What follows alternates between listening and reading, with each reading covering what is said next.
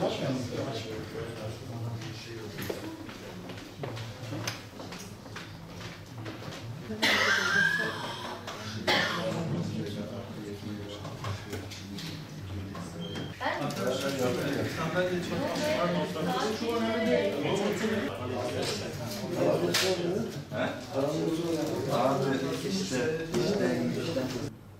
ne söylersiniz? Başka şehirlerde de buna benzer uygulamalar var. Kimi zaman sola, kimi zaman sağ. Ama trafik yoğunluğunu olabildiğince rahatlatan bir uygulama. Bak o rakamı yalnız şey yapabiliriz. %13 veya %17 tam hatırlayamıyorum. Bilimsel bir sonucu var. Olmuyor. Bununla ilgili gece yarısı özellikle 12'den sonra sokaklara insanlar gidiyor. Şunu da yapabiliriz. Olağanüstü çok ses çıkartanlara çevre kanunundan dolayı da işler. Araçlardan inip sala çekmeyi yolunda bilgi. Belki konuyu takip etsin.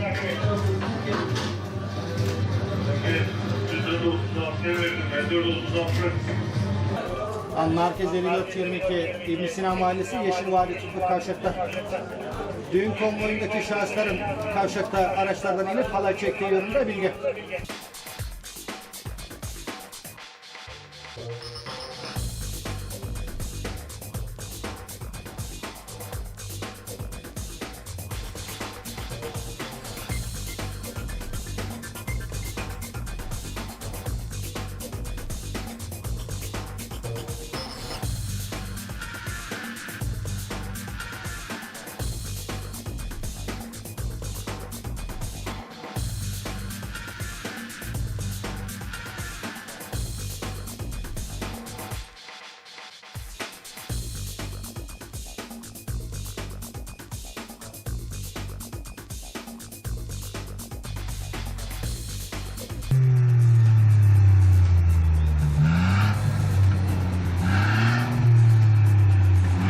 Daha sert ver.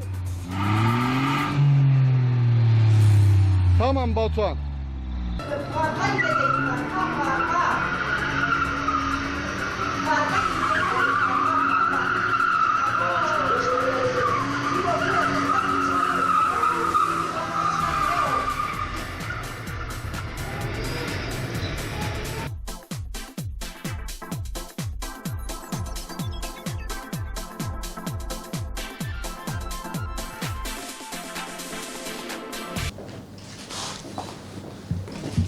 Evet arkadaşlar, hoş geldiniz. Yaklaşık 8 aydır Gaziantep'te görev yapıyoruz.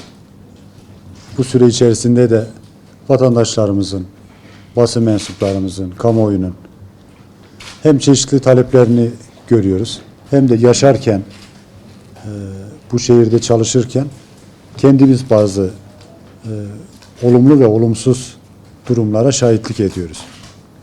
İçişleri Bakanlığımız trafik güvenliği ile ilgili Türkiye'nin her yerinde çok önemli çalışmalar yapıyor. Bazen sizlerle de beraber program yapıyoruz. Özellikle yayalara öncelik verilmesi, kırmızı düdük, bayramlarda alınan yoğun trafik tedbirleri neticesinde kaza sayılarının, ölüm oranlarının azaltılması,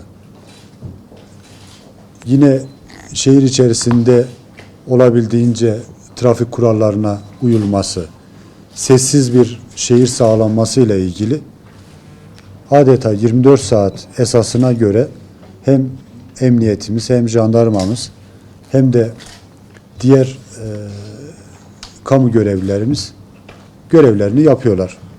Gaziantep'te de 2019 yılının ilk 6 ay içerisinde bazı rakamları sizinle paylaşmak için bir araya gelelim dedik. Bu anlamda da varsa sorularınız, onları olabildiğince cevaplamak istiyoruz. İlk 6 ayda 590 bin araç denetlenmiş. Yani yaklaşık 600 bin araç.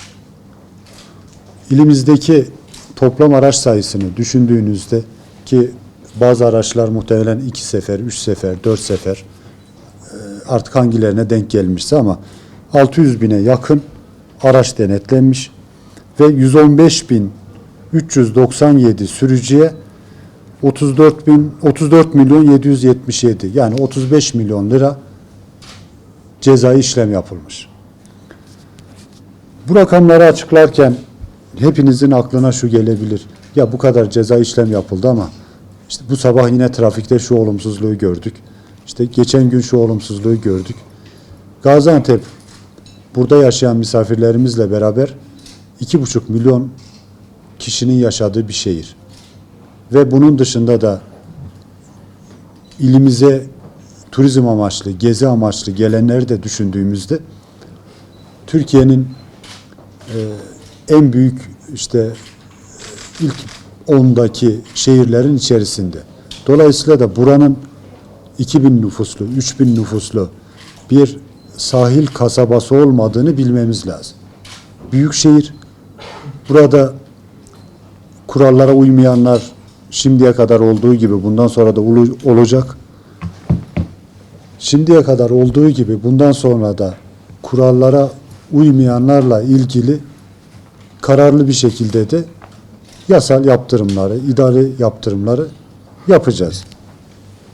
Yine 999 yani yaklaşık 1000 kişinin ehliyeti geri alınmış. Vatandaşlarımızdan zaman zaman ihbarlar geliyor. Özellikle egzozlarla ilgili olağanüstü gürültü çıkartıyor.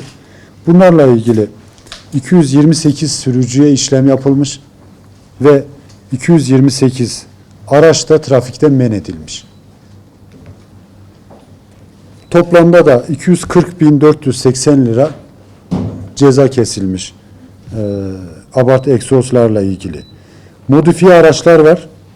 226 araca işlem yapılmış ve 226 araç da trafikten men edilmiş. Sokaklarda, caddelerde belediyelerin dışında çöp ve benzeri madde toplayan şeyler var. Araçlar var. Bunların içerisinde vatandaşlarımızın araçları olduğu gibi burada yaşayan misafirlerimizin, Suriyelilerin de araçları var. 350 misafir araca toplamda 493 bin lira ceza kesilmiş. Yine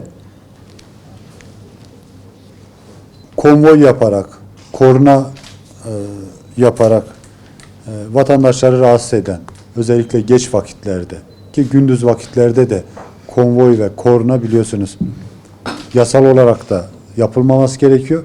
Biz de buna yönelik yaptırımlarımızın olacağını söylemiştik. 563 sürücüye toplamda işlem yapılmış. Aynı şekilde 33.534 motosiklet kontrol edilmiş ve bunun 3.316 sürücüye işlem yapılmış. 896 motosiklette trafikten men edilmiş. Dün geceki bir rakam verelim size.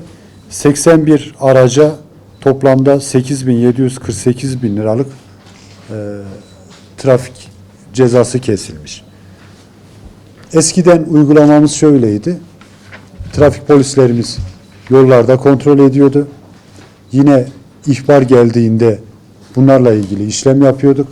Şimdiki uygulamamız MOBESE sisteminde, kent güvenlik sisteminde toplamamızın sebebi o.